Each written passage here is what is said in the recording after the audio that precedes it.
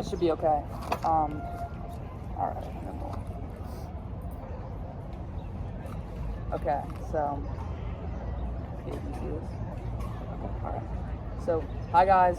I'm Raph. I'm Gabe. Nick. First of all, happy Pride Month. Happy Pride Month, guys. Thank you. So we just have a few questions to ask you. But firstly, we would like to say thank you for coming out and for attending this interview. Of course. You guys got it.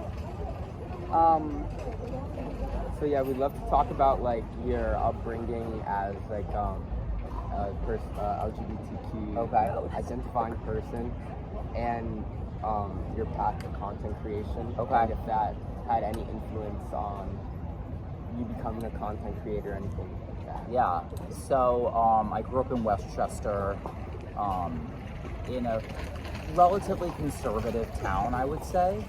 And it was not very common for my generation to just ignore people walking in front of the camera.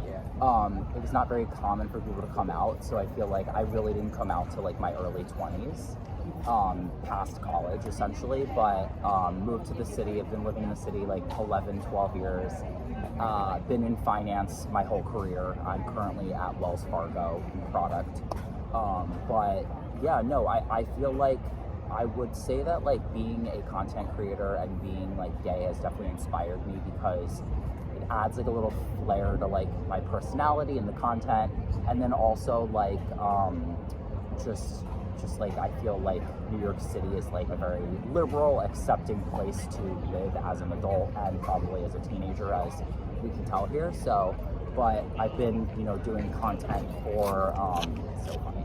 Been doing content for like 9-10 years now, so it's evolved, but yeah.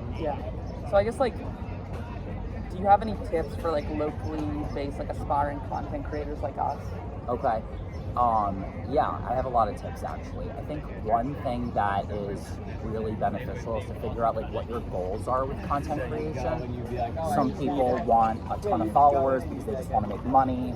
There are political activists who just want to like spread the word about whatever they believe in, and it's not as much about the following and money.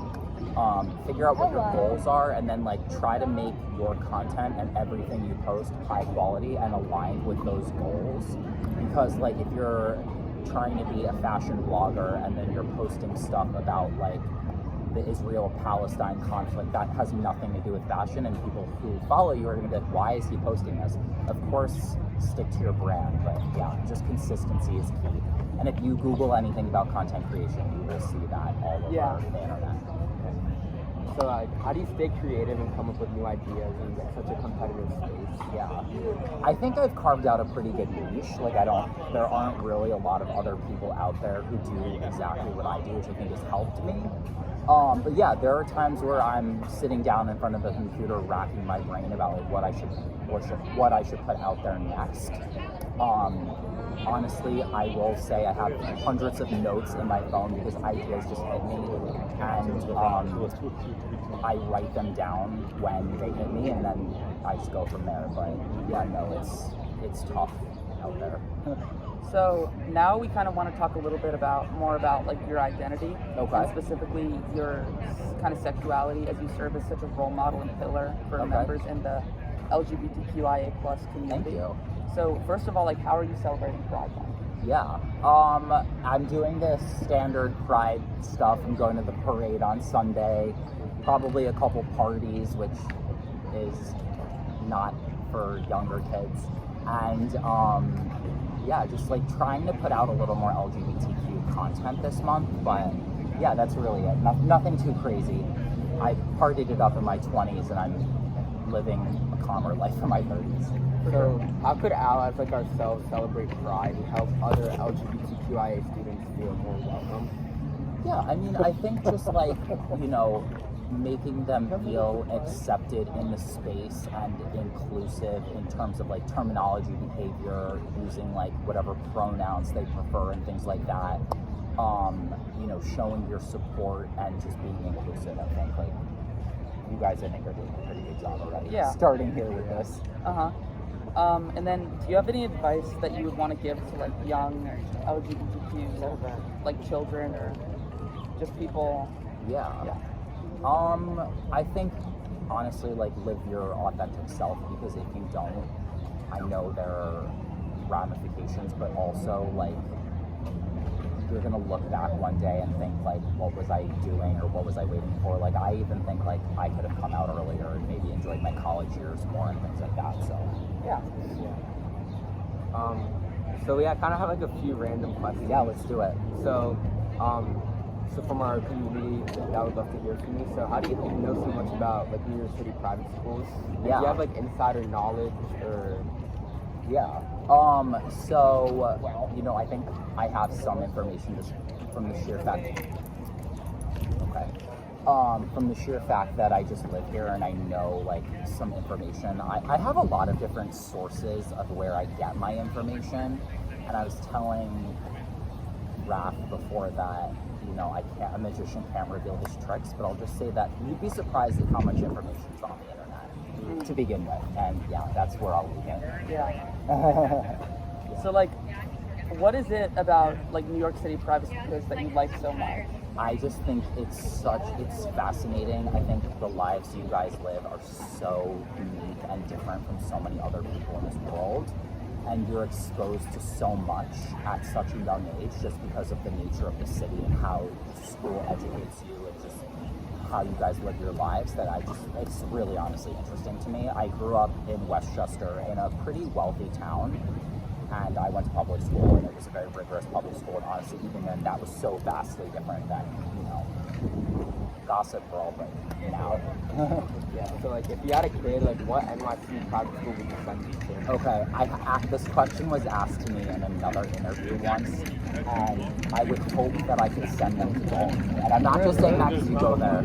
I like the co-ed aspect. Yeah, honestly, I think the same-sex schools are not what foster the best creativity and behavior and stuff. So, and there's definitely different ways I can work that, but I'll keep my mouth shut. That's awesome. Yeah. It's like, do you have any recommendations that you would give to like young, like posh and foolish children like us to survive in this big city? Posh and foolish? Oh my god. Okay. I'm gonna try and think of some advice that isn't like generic, like work hard, and I think be aware that there are people out there that do not have the privilege to live the life that you guys live. Try to surround yourself by all different types of people, whether that's in school or outside of school.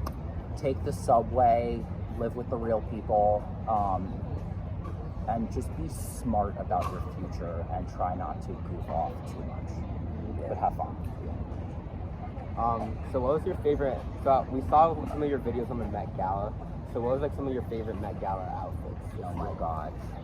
I will be honest, that's a good question. This year was very underwhelming to me. I don't know if it was like the theme per se or like what people actually turned out with the outfits, but I was just unenthused.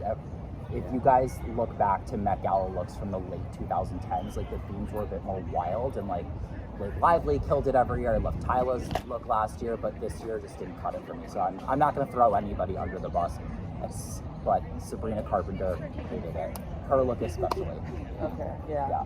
And then we just noticed you have a great head of bleached hair. Do you have any tips on bleaching hair? Someone did this for me. I just want to mention. My hair is naturally black, and I've always been afraid to dye it because of like work and my fear of like how I'd be perceived at work. And I finally was like, last year I dyed it silver, and this year I'm bleaching it. But yeah, I'm just experimenting with my look in my 30s. Yeah. Okay, so kind of like improv question. So you mentioned you worked at Wells Fargo. Yep. So you don't do content creation full time. Yep, that's correct. So is there like a reason that you aren't focusing on content creation full time? Yeah, honestly, I like nice things, and I like to travel. I own my apartment, and I'm very type A and very like financially like restrictive and savvy. So yeah, it's theirs. I feel like You want to tell them not to? I don't need to. Oh, they're filming something. Yeah, what's going on? Oh, you're filming. Oh, okay. Oh no, she just didn't want it to be tripping hazard. Oh, okay. Sorry. We'll be done in a second. No worries. Yeah, we're almost done. Thank you. Sometimes, even I could be talking. Yeah.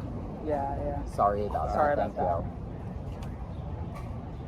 Anyway, Repeat wait, the what were you question, if saying? don't mind. You saying you're like type A? Oh yeah. Oh, why don't I do content creation full time?